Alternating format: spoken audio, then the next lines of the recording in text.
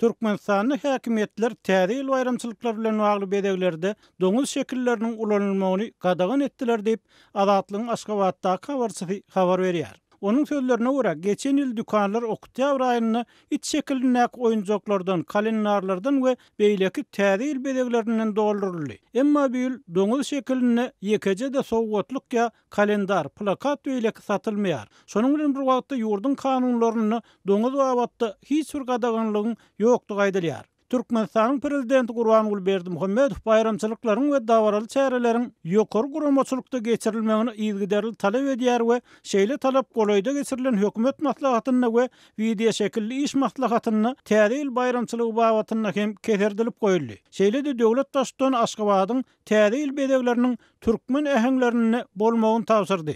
Belki de prezidentiň diýen türkmen äheňleri doňuz şekilleriniň ulanylmagyny gadagan edýändir. Emma mediada doňuz şekillerine garşy girilen gadaganlyk barada hiç bir zat aýdylmaýar. Ikinji tarapdan 2007-nji ýylda doňuz ýylyna häkimet başyna gelen Berdimuhammedowyň ýurda ýolbaşçylyk edýän ýyllaryna Türkmenistany doňuz saklamagy, doňuz etini satmagy dillen berilen görkezme esasyna bir gadaganlygyň girilenligi habar berilýär. Türkmenistanyň bazarlaryny öňler doňuz eti beýleki etler bilen deň hatyrdy.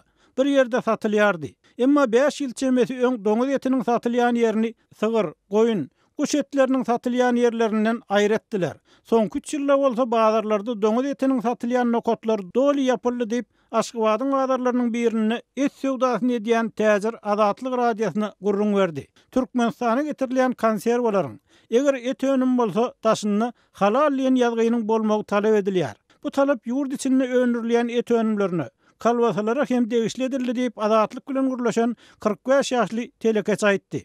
Özüni demokratik, dünýäwi, hukuk döwlet diýip atlandyrýan Türkmenistanyň kanunlary, raýatlary milli ýa etniki gelip çykyşy, dini we syýasy garaýşlar boýunça aýry tutmaýar. Odal bazardan islan wagty doňuz etini satyn alan Türkmenistanlylar häzirki gadaganlyga ýurdun kanunlarynyň bozulmagy hökmüne seredýärler.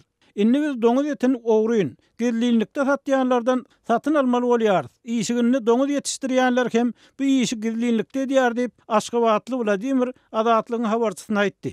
Şol wagtda doňuz etini iýýän ýa gizlin ýagdaýda doňuz saklayan adamlaryň diňe hristiýanlar dälligi, olaryň arasynda türkmenleriň hem bardygy aýdylýar. Azatlyk radiosu bilen anonim şertde gurulşan doňuz saklayan türkmen özüniň doňuz saklamagynyň sebäbini düşündirip, onuň ören girdejilligini, her mekejiniň ýylda 25 çenli jozuk berýändigini aýtdy. Häzirki et gytçylygyny doňuz etiniň aljysykän, onu türkmenler amalýar. Emma häkimetleriň bir kanun gadaganlygy biz üçin uly päsgelçilik töredýär diýip 5-6 ýyl odal daçy ýerini doňuz saklayan türkmen gurrun berdi. Onun sözlerine göre Aşgabatyň etegindäki daçalar ýykylmazyndan öň ol ýerde doňuz saklayan onlarça hojalyk bardy. Häzir adamlar Aşgabatdan Mari, Lewap vilayatlaryna gidip kapysyna gizlin doňuz saklayan adamlardan doňuz etini satyn almaly bolýar diýip 57 ýaşyndaky türkmen gurrun berdi.